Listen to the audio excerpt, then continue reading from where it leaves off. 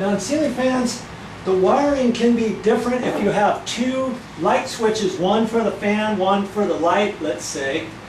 You just have to read your directions, but for this one here, I've got one light switch that's going to control both the fan light and also the fan, for the fan speed and the motor and all that, okay? So on your wiring, you get a white, blue, and a black, and then you also get a green. I've already installed the green on the other side to the ground wire, and they give you wire nuts usually, and so you're going to take, here's my white wire that came out of the box and the black wire. Okay, the white wire you're going to connect to the white wire over here. It's a little stranded wire, and they give you some wire nuts, so I'm going to have to cut that to length. And then for the other, I've got the black wire and the blue wire. It's kind of hard to see it, but I strip those back just a little bit, then I connect those together, so to speak. You know, just kind of twist them together. That way there's only one, like one stranded wire coming out, hooked up to the black, under a wire nut. Okay, and they give you wire nuts, so the trick is using the right size wire nuts. You don't want to get a wire nut too big or too small. So look at your directions and figure it out. I know you can do it. Now on this particular ceiling fan, the next thing that goes up is this housing. And there's two screws on this side, two screws on that side. Well, you have to take one screw out here, one screw here. And on this, it has little notches for two of the screws. So you leave one screw up on that side and one on the left, one on the right. Slip that up, and then you can see which way to twist it.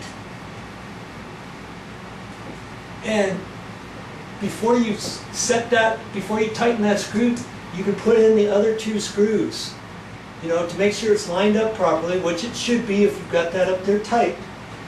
And then clamp her down. Ready for the next step. Now the fan blaze. We've opted to have the white facing out. We've attached it to the bracket. Now see, if you wanted this other color, you could have that too if that's what you'd rather have. So that's kind of slick. They give you options. Okay, so I'm going to attach those up there, and there's some screws up there now, and they say there's some isolating pads for this one. I got to make sure to put those little rubber pads up there. So, you know, like I say, yours might be different. Read the directions step by step. I know you can do it. Oh, doesn't that look cute? Okay, now I got to put the light bulb in, the globe in, the cover, and see those little pull chains? They give you little adapter pieces for that too. Look in your directions. Make sure you don't throw anything away before you get done with your install, because you might miss some parts. Read those directions. Okay, I haven't turned the light switch on yet. I still have the dimmer switch on. I'm going to turn the dimmer switch on and see what happens. And I haven't pulled out anything yet. So see, I've got the light on above the sink. And if I pull one of these, I don't know which one's the light and which one's the fan. Okay, that's the light. And the other one is the fan. So when you put your little deals on here, one, if you pay attention, one has a light bulb on it, and one's got the fan on it. Okay? So obviously I'm going to put the light one on this chain here. Okie dokie.